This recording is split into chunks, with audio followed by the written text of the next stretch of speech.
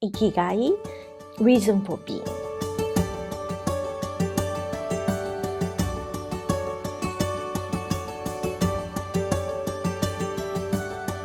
Mimi, I want to thank you for taking the time to be here this morning. We just met last night. Yes, that's correct. Because of a mutual friend. Yes. Paula Johnson. Yes. Yes. Great singer. That's right. And you're going to be having a performance. I believe it's going to be on April 17th? 17th, correct. On Thursday, we'll be having the concert at the Ladona Harajuku. Okay. Is this your first time doing this? Actually, it's going to be my second time. Second time? Okay. And what kind of music do you sing? We're going to sing all kinds of songs. Bruno Mars, Dionne Warwick, one Japanese song, Hiroko Yakushimaru, Earth, Wind and Fire, all different kinds of songs. Okay. Were you born here? Where were you born? Yes, I was born in Tokyo. Okay. And I grew up here until 19. I went to actually Tamagawa Gakuen. I know where that is. You know, in Yes. Machida City. Yes. That's where I was. Actually, I went to public Japanese public school in Setagaya. Okay. That's also Tamagawa. Right. Shogakko, elementary school in Setagaya. And then moved to Tamagawa Gakuen. That's a private school. Right. From middle school, high school, and then I went to college. In the first year, I actually quit my college and flew to Seattle and then lived there since then. Which college did you go to? Tamagawa Gakuen. Oh, so you stayed Yes. Tamagawa all the way Yes. through? Middle school, high school, and then college. Do you have siblings? Yes, I have an older sister who also went to college. How many years? Tamagawa Gakuen. How many years between the two of you? 3.5 years 2.5. apart. Are you guys Yes. close? Yes, we're very close. Okay. Is she still here in Japan? Oh, yes, she's right by my mother, who is turning 84 next month. 84? Yes. Okay. And she's taking such good care of her, and I really appreciate her for doing that.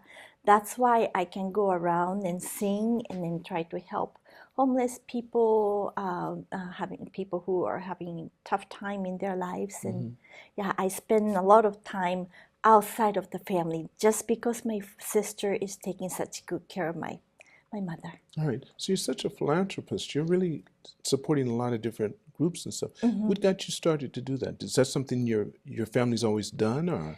Well, my family has been doing things like that, but in much smaller scale. They'll be doing some donation every year. My mother actually is a mahjong. Do you know the Chinese? I know mahjong, yes. Mahjong instructor. She told me that she became an abacus teacher when she was 18. At that time, she already have 100 students. What is your mother? Does she have Chinese blood, or is she Chinese? No, Japanese she's too? 100% Japanese. Okay, but she has she's passionate about teaching. She has a great sense of humor. She's a very charismatic person. So she tends to attract everybody. So for years, for decades, she's opening up her own home. And then people come in and out throughout the day. She used to rent the space upstairs free to flower arrangement teacher. And the student came in and out throughout the day, learning how to, arrange flowers. And then somehow she switched to mahjong and she started teaching. And she's been doing that How old were you when that happened? Do you remember your age? No, I was already in Seattle area because I've been living there for 40. You didn't grow up with her doing this. When I was with her until 19, I don't know, she was teaching. No, I don't think she was teaching yet. Okay. Because I've been living in Seattle area for about 40 years. Right. I know that she's been teaching mahjong for over 20 years. Right. When you were young, she probably wasn't doing that. You're not sure when you were young. I don't think she was doing teaching, but she always had so many friends. And I know that my mother has a gift to lift people's spirit by her sense of humor. Just by her appearance, she's full of life. Okay. What about your father? Oh, my father was a business person. Okay. Was he pretty successful in his business? Very much so. Right. When you finished college, what did you study in college, first of all? So I was majoring in English and American literature in Japan. Okay. Found out that we read books, trying to learn the culture of other countries, especially United States and maybe England. I am not that kind of person who can learn through books. I have to experience it. So that's the reason why I said, no, this is not for me. I need to really immerse into the culture. And then that's how I decide to fly to United States, Seattle. So how old were you when you flew to this? 19. Okay, so how'd you come about doing that? You just, at 19, you decided, okay, I'm going to Seattle? Yes. Yes, I guess so. And did you speak English already? No. So who were you going to stay with? What were you going to do when you went to Seattle? I found So you were still in college at 19? Yes. And I remember I was going around Shibuya and I found this, that back then we didn't have internet. But somehow I found this program, exchange program, or the study abroad program. So I joined that, and then I ended up with going to Seattle. What did your parents think about that? Well, somehow I guess I convinced them. Okay. So I guess they couldn't say no. What about your sister? My sister is not the type of person who's, she is happy where she is. For myself, Japanese culture is a bit hard for me to fit in because I've been a leader since I was first grade. I tend to be a black sheep.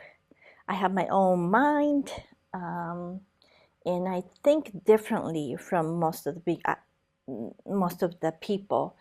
And in Japan, we have a proverb said, "If the nail sticks out, it must be pounded down."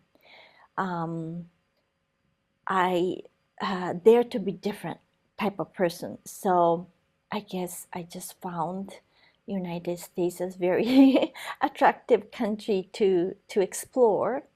So that's what I did. So you went to Seattle. Tell me what the process. You get to Seattle and I stay with the host family. Right. And the idea was to stay for how long? 3 months? No, I think I was with them for 6 months. That was the language ESL. Okay. Was a program, and I stayed with the family in Bellevue, Washington. I took 2 buses to go to Seattle University. Okay. That's where the class was held. And that's the only class you took while you were there? I went there, and then from there, I believe I transferred to Shoreline Community College. And I went there. That time I have to find a new host family. And I remember doing that all by myself with the map on my hand, driving the opposite side in Seattle. And it was North Seattle, close to where the Shoreline Community College was. And I remember bringing tape recorders in the class, sat right on the front row, right, next to the professor, and then recording the lecture. And I went home and listened to the tape over and over and over to understand what even the homework was. Did you have any friends? Funny thing is that I didn't have any Japanese friends there. For the first 10 years, somehow I had friends from all over the countries. Back then, my best friend was a lady from South Yemen. Back then, there was a South, right? South Yemen. And I had friends from Indonesia, Switzerland, from Taiwan. They were all in the ESL program you were in. Yes. Okay, so that's the reason why you had so many. Yeah, that's why we were speaking broken English. To each other to try to communicate because you couldn't do it different. Yes, that's right. That's interesting. Yes. That went on a lot then. So you're talking about, that had to have been in the 80s, I'm thinking. Correct. Am I right? Correct. I'm 58. And that was just before the bubble burst. Yes. Because Japan had money falling out of its ears. I mean, and they had what they called narikin. The guys that lived in the country that made money just because they had land, and they came and they were buying up stuff just because they could. Really? Yeah, they were the one. It was considered narikin. Okay. right? You probably heard the term. I have heard about it, but I Right. was away. So Well, I was here, and I was living through it. And Japan was bustling with the discos and everybody just, you had everything. They had mink stores, they had chinchilla stores. all You could right. get anything you wanted. Oh, I It was didn't all know here. that. And Japan was being looked down upon because they were buying up property in Australia and America. They were buying everything. Mm-hmm. And like I said, all these guys that didn't know what they were buying, and there were a lot of times, some people were not doing so well with their purchases, Mm-hmm. but the majority did pretty well. And Mm-hmm. people realized they were just investing their funds because Okay. Japan saves more than anyone else. That's correct. And they were just saying, hey, it shouldn't sit here. Let's make some interest. Correct. And they went around the world to do that, as the Chinese are doing now. Right. Changes from country to country as they develop. Because Japan had just finished World War II, and they were just starting to get their stride. They'd finished the 40s, the 50s had hit. The 50s and 60s was the Japanese people had only 5 days in the week because they had Getsu Getsu Ka Sumo Kin Kin. You remember hearing that? There were 2 Mondays and 2 Fridays. Yes. Most people don't know that. Right? So go on. So you went there and you said, America, and you're sitting up learning the language from listening to this cassette all the time. Yes. How'd you do in your classes? Oh, I was probably failing. I remember. But you had a good time. I had a good time. I did I had a high score in, I remember, psychology class, biology class. I wasn't doing well in accounting. I didn't know why I had to do accounting. I did remember the T, and I had no idea. My dad told me it might be good to learn, but I had no idea why I had to learn this. But your mother taught you the abacus, right? She's an abacus, but why do I have to learn the, So anyway, but I remember I'm always good at art, PE, because I'm a competitive swimmer, and then psychology and biology. I did very well. The rest, no They're good. no good. So okay, your 6 months are up, and you had to come back. What'd you do? So 6 months was up, and that was the language school. Then I went to, I can't remember how long I was at maybe a year or so. Anyway, I was playing sports, and I met my ex-husband. Okay. So then my parents flew to. You were playing sports in Japan. No, I was playing sports. I mean, I play sports here too. I was a lifeguard. Okay. That was my part-time job. And then I was also a tutor. Right. And then in United States, there's a University of Washington there, even though I went to community college. During the summertime, we were allowed to take some classes at University of Washington, where they have a beautiful gym with beautiful swimming pool. Every Friday, I went there, and I spent 6 hours. I was swimming. There was swimming, volleyball. It was a pickleball back then. Roller blading. Anyway, 6 hours, and I guess I really enjoyed the social life. And after 6 hours, we went to Chinatown, and then we sat in a circular table, and then we share, Chinese food, Well, of course, yes. up to until 2 a.m. And that was my highlight of the year. But then my parents told me, especially my father, who had been in a successful business field, told me that if I were to get married, I need to come back and have to at least get a job for 6 months. So Wait, I had to do that. You have to get married? Well, back then I was so young. I met my ex-husband there, and then You we met were him where? talking about In University of Washington gym. Okay. So is he Japanese? No, his ethnic background is Vietnamese, but he was born in Cambodia, escaped into Thailand, and then in 1975, the whole family came to the United States. By the way, I went to visit Cambodia and Vietnam last end of January. And? Beautiful country. Your first time? First time by myself. I went there, and what struck me was I went to visit a so-called killing field in Phnom Penh with so many skulls. Skulls, yes. Yes, they and it's do. all piled up. Yes, I was there. How'd that make you feel? What do you think? Well, it made me realize that when those things were happening, I was in elementary school, public elementary school in Tokyo. I heard the term called Vietnam Nanmin. I didn't know what that meant. Now I realize my ex-husband's family, whole family was this close to get killed because I talked to my ex-husband from there, and we talked, and he told me that they took the last airplane out of Cambodia to Thailand. So it's so close to my heart. Yeah. Oh my goodness. It's very close to my heart. Because your life would have been different. Oh, totally different. That's for sure. It would have been different. So how long you're still close with your ex? Yes, very much so. How long were you married? We were together for 5 years or so. I think it's because I have grown so much. I didn't speak English at all. I'm a very adventurous person, and I always love challenges. So I grew so much that I guess balance kind of, by the time 5 years later, it was imbalanced. I see. How old were you when you got married, if you don't mind me asking? Let's see. So 25?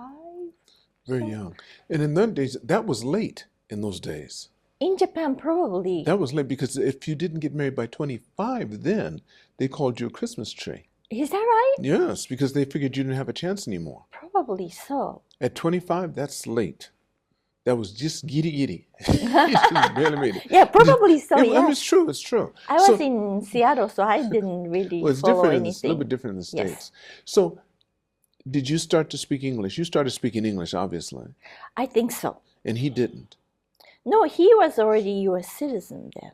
Oh, he's a U.S. citizen. Because his family went there in 1975, and I helped him graduate from college with finance degree. I think I remember helping him typing the final essay that time. Okay. So yes. That's beautiful. You have children? I have one son. Okay. Who is 32 now, and he and his wife became parents. 6 months ago. Yes, I'm a grandma. Yes. Right. Yes. They met in middle school. Are they living here? In Seattle, suburb of Seattle. Okay. So he speaks no Japanese? He speaks Japanese, yes. He does. And what else? How many languages does your son speak? No, I think Japanese and English. In English. Well, that's good. My son has been here in Japan since he was 3 years old. Every year, or once a year or twice a year, he's been here. So actually, he knows how to go around the town better than I do. So tell me about it. You're in Seattle. You got married. Yes, and I have a child. Did you come back? Did you come back? Because your father said either you come back. That's before I got married. Okay, so what happened? Yes, so I worked in 6 months, and I feel sorry for the company, but I worked for international company for 6 months or so, and I went back to Seattle to get married. And then I have my son, and then but things didn't work out, so I went through divorce. I did the soul searching. I didn't know who I was back then, and then so here I am now. Wait, you left there and then you came back to Japan on your own when you divorced? No, I just stayed there. Okay, so you didn't do what your father said at all. I came back to work before I got married. That's what my father told me. How long did you work with? 6 months. So you said you started for this company. I thought it was your father's company. No, I never. Oh, okay. So when you came, so you did what he said. You came back. You worked for a company for 6 months, and then I was working for international company. Okay. Because I was using my English skill. I see. So when you went back, you already had him. He was already your boyfriend. Yeah, we were fiancé already. Already, okay. Yeah, but my father told me he said okay, but I had to come back here to get experience working in Japan. I see. And I had nothing to do with my family business. He wanted me to get the real experience, so I don't get treated specially. So I went to interview, and then I got hired at this international company. I think it was a French company. but everybody spoke English, and I was a secretary to the president. And then I worked there for 6 months, and then I went back to Seattle and got married and have a child, and so on. Yes. So tell me, you mentioned one other thing that happened in your life too. You said there was a time that you were feeling like you may not want to be here anymore. Correct. So what happened was around 28 or so, I was separated from my. You were 28 years old when that happened? 20. Well, so my soul search started around 28, or maybe even prior to that. From hindsight, I believe that I might have been feeling depressed being in Japan because I couldn't be myself here. Okay, now let me catch back up. Okay. So it started a long time ago. Okay, but it's okay because you left to go back to Japan from college. You had a fiance. You stayed in Japan for about 6 months. Then you came back to Seattle. And when you went to Seattle, then you stayed there for a long time from that time on. So let me back up. Okay. So I went to public elementary school, middle school, from middle school, high school, and then less than 1 year of college, I was in private school. Public school, I was full of life. Somehow I lost that since junior high school when I went to private school. And I believe that I was already getting depressed there. And that's why I found something, which is to study abroad. Because when I was a teenager, I couldn't find a place to be myself. So then I went to United States, to Seattle, and I found this new life. I met my ex-husband and husband there, now ex-husband, but there, and then we wanted to get married. My parents told me, yes, you can, but you have to come back and get a working experience in Japan, which I did for 6 months. Then I went back to Seattle to get married, have a child, then got divorced. That was around 28 to 30. And then I remember I started my soul search then. I started taking various self-growth seminars. Okay. I also read so many books. I started in counseling, and then it helped. But then when my father passed away, it was kind of like up and down. And I got all this great information, but I guess pieces of puzzles weren't together. So when my father passed away, about 12, 13 years ago, I didn't even want to live. Your father, how old were you when he passed away? Do you remember? Around my 40s. You were in your 40s when he passed away? Mm-hmm. Yeah, in my 40s he passed away. And were you very close with your father? I would say so. I was close to my mother until before he retired. And after he retired, he came to visit me for maybe just less than 2 weeks. But that time, I had a chance to be with him one-on-one for the first time in probably my entire life. He came by himself? By himself, without my mother, without my sister. And he stayed with me, and that time, I had a chance to get to know him. That was a very special turning point for me. Because he had been a businessman. You know, Japanese businessmen, they're not usually involved in raising children. So my father was just like that. And when I talk to him, usually I have my sister and my mom with me. So I really didn't have a chance one-on-one with him. And at that time, I got to know him much better. And he got to know me much better. Until then, he tended to tell me to be careful, this and that and that. You know, a lot of lecturing, not trusting me. But after he came to visit me, that stopped. And then I remember start calling him from Seattle to Japan to him rather than my mother.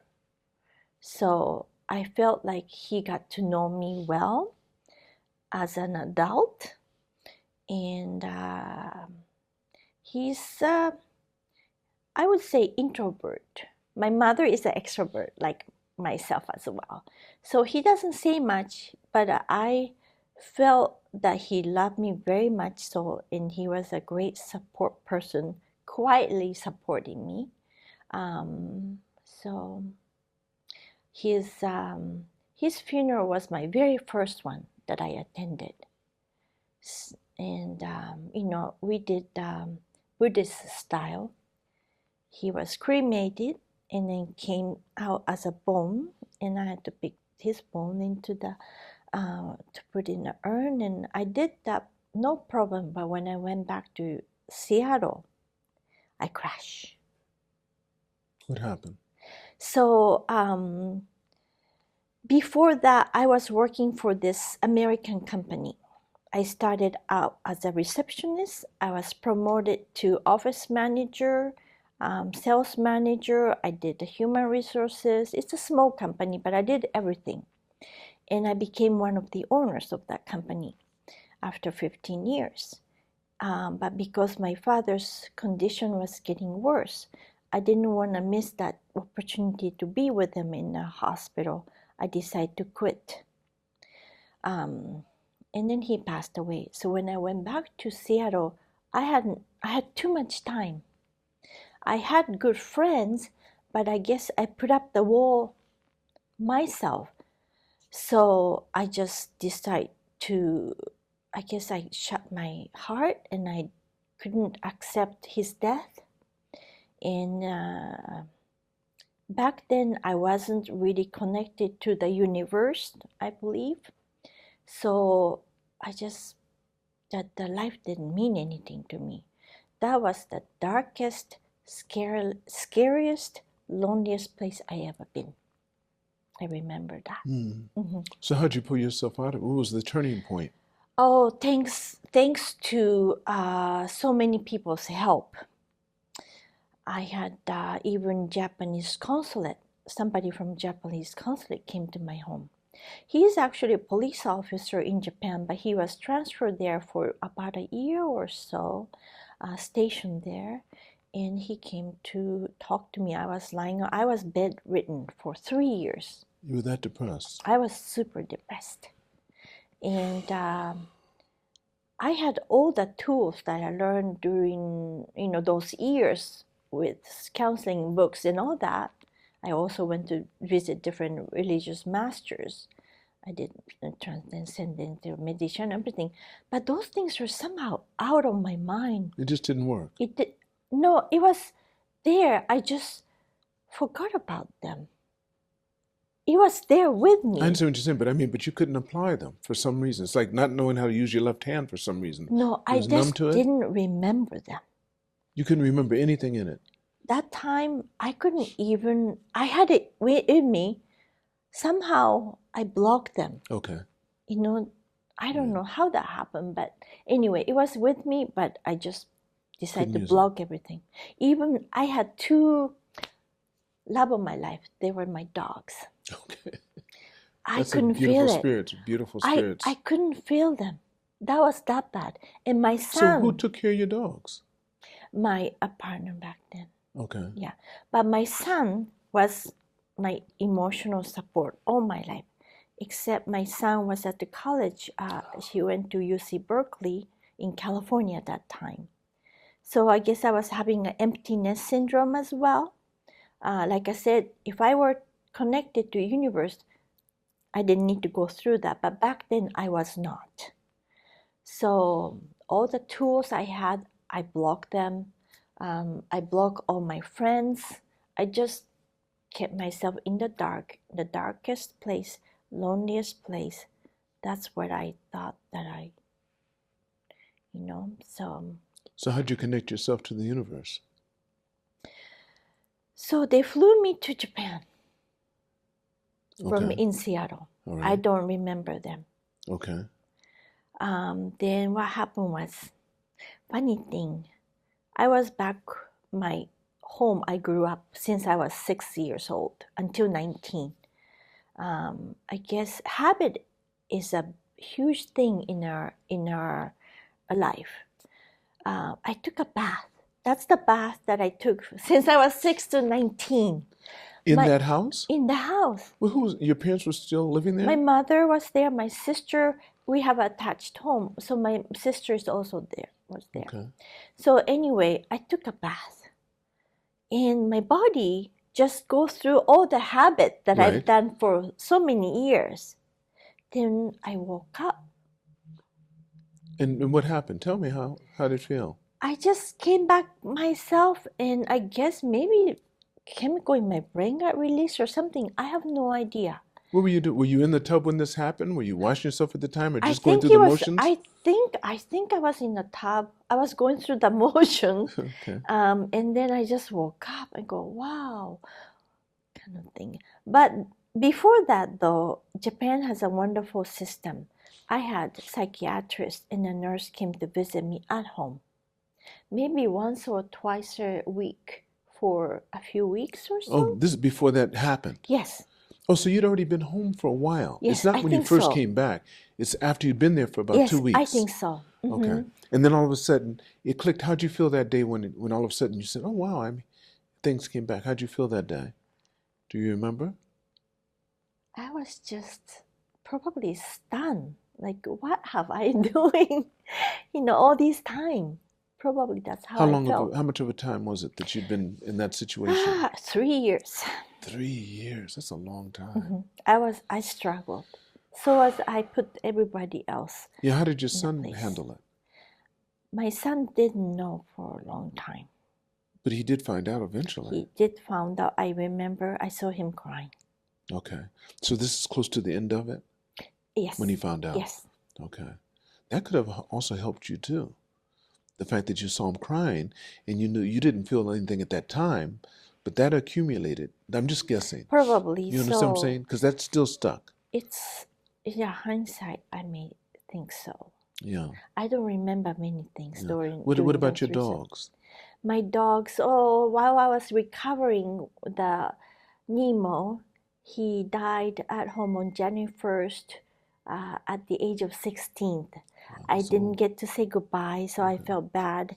But my son and his wife now were there to take it, so that's good. The second dog, Mimi, who is I named after her. Okay. Mimi died a few years later at home. I was right by her. She passed away at the age of 17. So I had no complaint whatsoever. They didn't die in the hospital. I didn't need to put them down at all. They just went naturally. That's beautiful. Yes, they were love of my life. But when I was depressed, I couldn't feel the love towards them. And that was the scariest thing. So you have a lot of empathy for people that are going through that now. Yes. Because you've been there. Yes. And you can experience it. Most people don't go through that, so they don't know. So when it happens, sometimes they get mad at the person or whatever and make it even worse. And then they do actually succeed in leaving this place. Correct. I have one of my friends who succeeded? did that too. Yes. She jumped from the West Bridge. Yeah. And she in was the U.S. In the U.S. in Seattle. She was spectacular. But she was from Nagasaki. Oh, she's Japanese. She's Japanese. Okay. Yes. She and I think one time belonged to Japanese women's group. Okay. And I was an event coordinator, and she was also joined me to do that. I remember making daifuku mochi and showing how to do that at my place. So she was one dynamic person. She was also a singer. She was teaching singing as well in Seattle. One thing, back then we had a king dorm. You know the dorm? Yes. She gathered a bunch of children, and each child had a piece of origami paper. She glued them together, made into one gigantic sheet of origami paper, folded into a gigantic crane. I think it's on the Guinness Book. Really? Yes. My goodness. Did she have a family? Yes, she did. She had 3 children. When she died, they were in college. She was promoting peace because she's from Nagasaki, where one of the bombs. That's the second one, yeah. I think there is in Seattle. There's a Sadako sculpture with 1,000 cranes. Yes. To represent that, and she was the advocate of doing that. Okay. Somehow she probably went through similar thing as I did. She got disconnected, and then she unfortunately succeeded. Was she married at the time? Yes. Japanese husband? No. Okay. That is so interesting. I've known people. Yeah, I have a couple of friends too. Great people somehow get disconnected. Well, I think everyone has their journey too. Yes, that's true. And I don't believe we ever really die. I don't think we die. I think that we can change this. Right. And you can get tired of being in this form and go on, because when we pass on, I think that our spirit, which is always there, can do it again if it wants to or whatever. I believe in that. Yes, I experienced that myself because I was trying to hurt myself, right? And I saw, oh no, I'm still here. My body may be gone, right, but my spirit is here. And the suffering I'm trying to escape from is not with the body, with the spirit. So you mean you actually had an out-of-body experience? You're out of your body looking at yourself?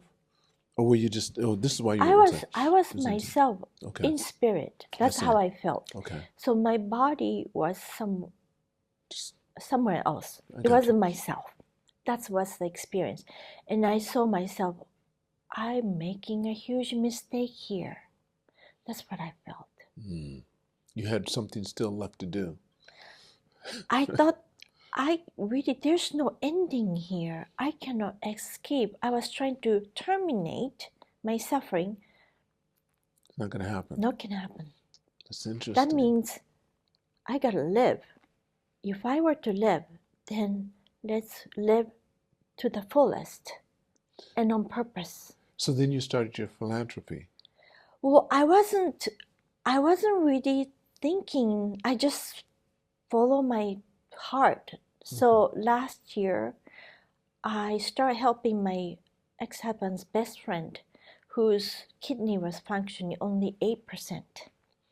He had to do toseki, the dialysis 3 times per week. Changes blood every time. Yeah. His wife, he's a Vietnamese person. His wife, Vietnamese wife, works full-time during the week, part-time during the weekend, and she was also taking him to the dialysis centers, doctor's offices, all by herself. I found out.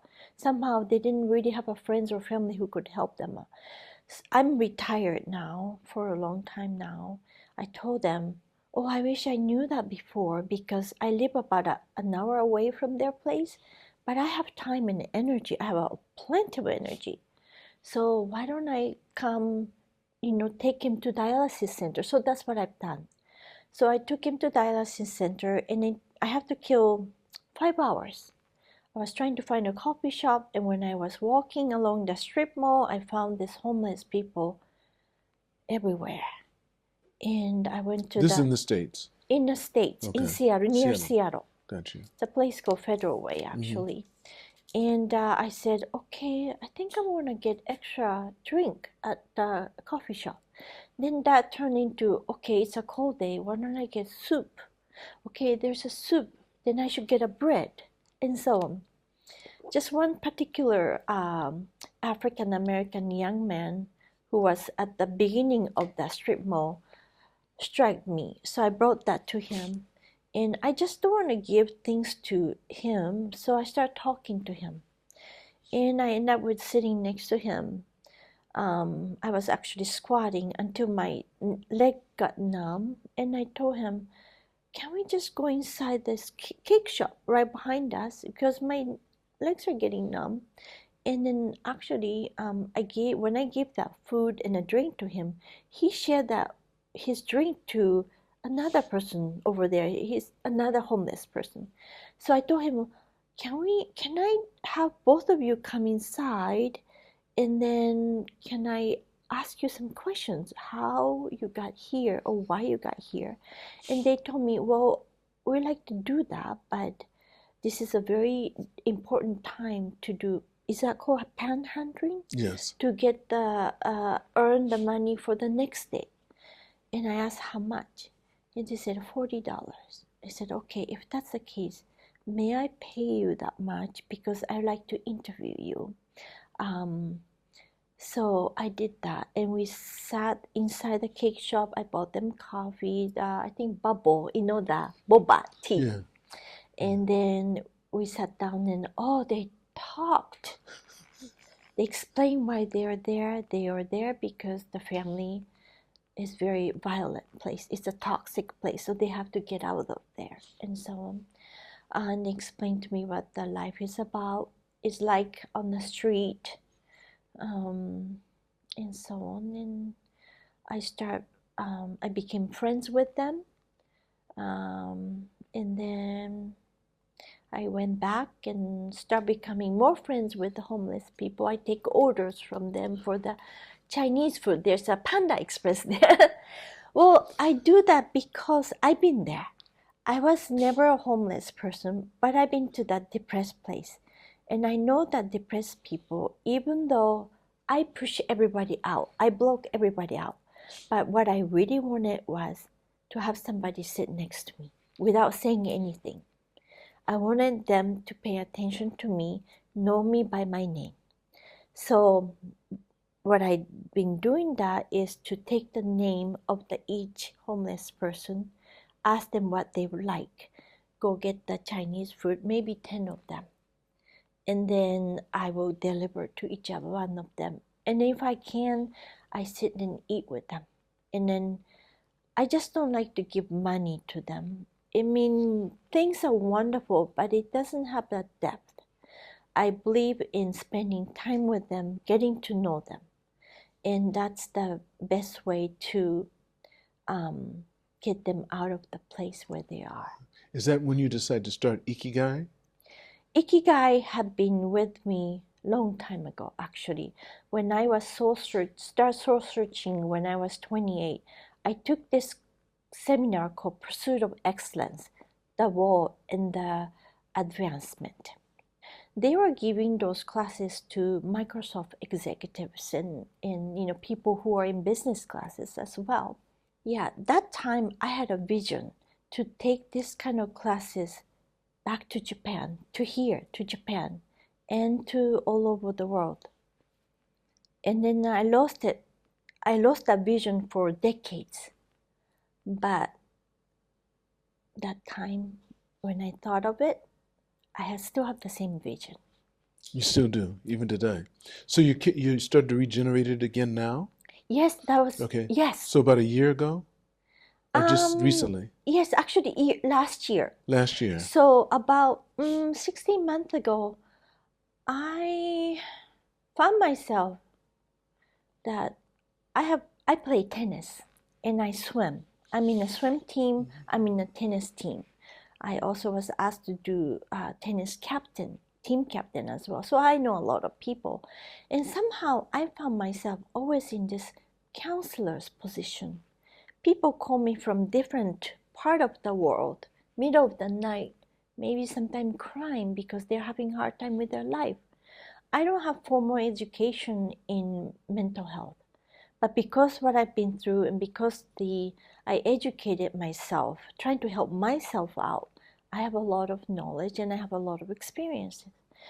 And I found myself in this being basically a counselor to everyone, my friends. But I didn't have confidence. And I was looking for somebody who could advise me. And I thought of this gentleman. His name is Jim. Jim taught this class that I took when I was 28. I found out later on that he's also wrote that program 28 years ago. I found him on Facebook and I called him up actually. I said, Jim, I don't know if you remember me, but I was the only Japanese in person there who spoke English with accent. Do you remember me? And I explained to him I went through all this time, even tried to didn't want to live anymore.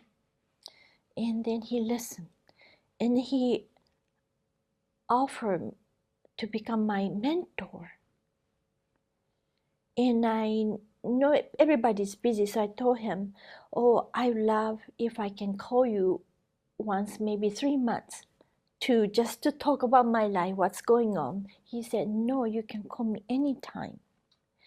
And he told me, I told him about the situation. Okay, I find myself in a situation to advise people, to help people out when they are in a dark place. I think I know how to do it and what to do, but I don't have a confidence. And I'm wondering if I should go back and study, get a certificate or something. He goes, "No, you don't need to, because people who are going to school right now, they're great, but they're trying to learn what I've been through books. Mimi, you already have been there. So go out and follow your heart and do whatever." And then next day, I think he called me and said, "Oh, I want to write your program." Then next day he called me again and said, "Oh, I already have a program for you that I've written long time ago."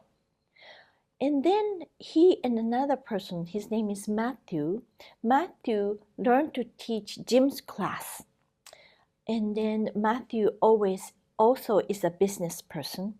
He owns beauty salon in Seattle. He also has a business beauty salon in Cambodia. He goes out and then give classes to orphans and those people, basically anti-sex trafficking. That's the program he's working on. He invited me to come to one of their graduation. That's why I went to Cambodia. And then I added Vietnam. Jim is a Vietnam veteran. And my actually former husband, my husband, is Vietnamese, was born in Cambodia. So I felt affinity. That's why I went there. Anyway, so last July, I asked them to do a class for me, that class that Jim already written. But I asked them to put the Ikigai word in there. Ikigai in Japanese, Ikigai, reason for being.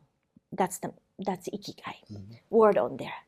So they add that word and then conducted the program. It was a wonderful class. How long did it last, the class? Was it a 2-hour class? No, it's a 3-day course on the weekend. So we did that. We had about 6 people join, including my son, my best friend Edward McNair was there.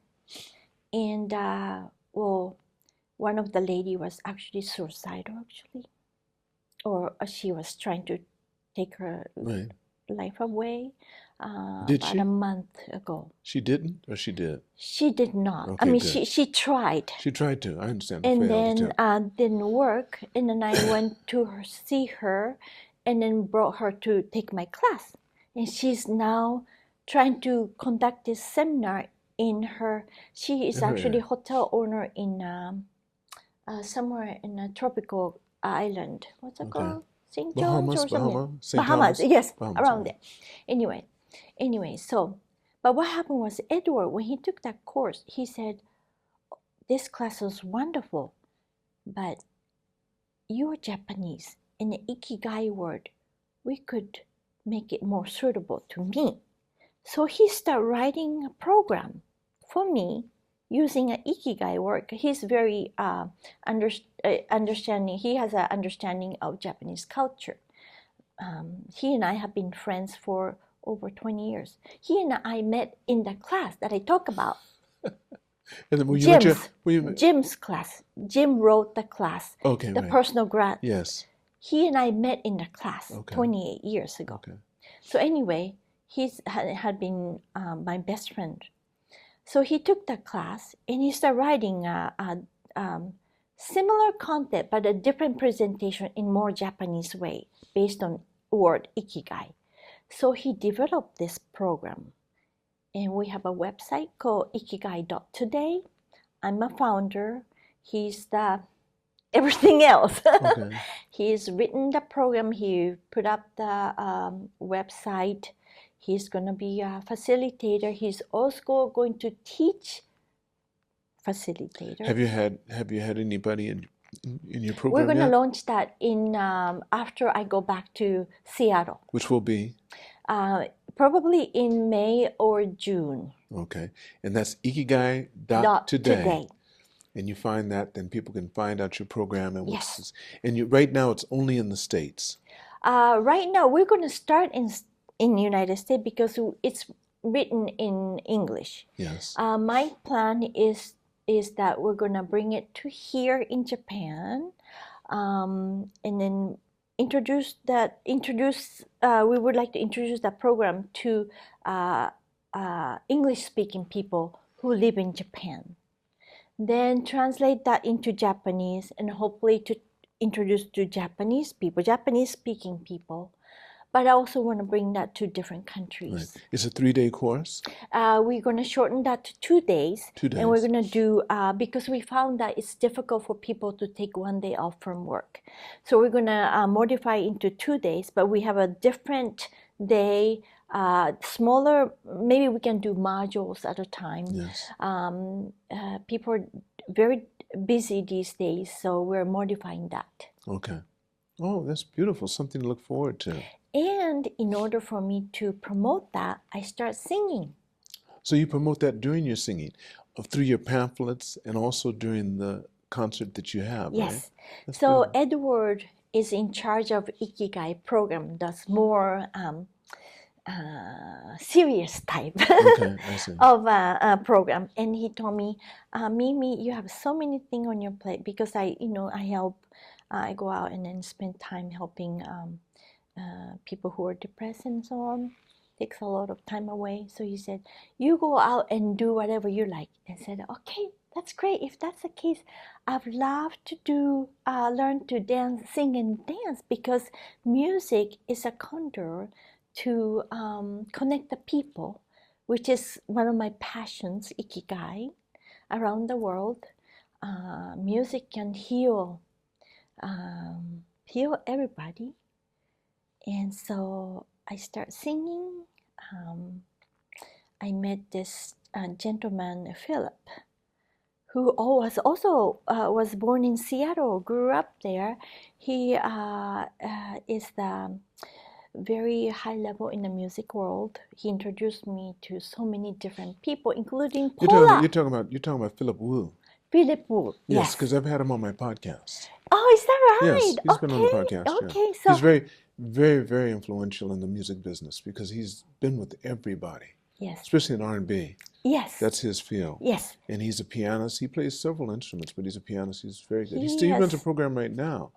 As a matter of fact, Philip Wu has set up a group, and one of the young ladies in this group is the woman that started teaching me how to play the sax.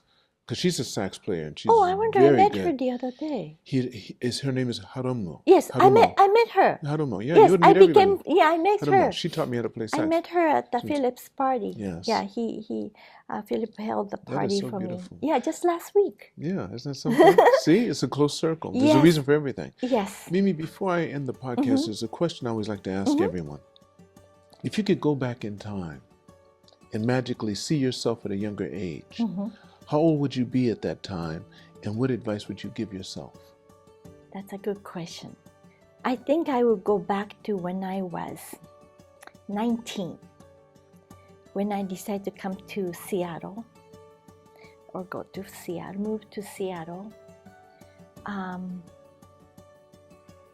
You are important, that I'm important, I make a difference in the world, and follow your heart. That's what I would say. That is beautiful. Thank you so much, Mimi. Thank you so much for having me. I want to thank all of you for watching or listening to this podcast. And never forget, it's all on loan, so continue to reach for the stars. Because you are too blessed to be stressed.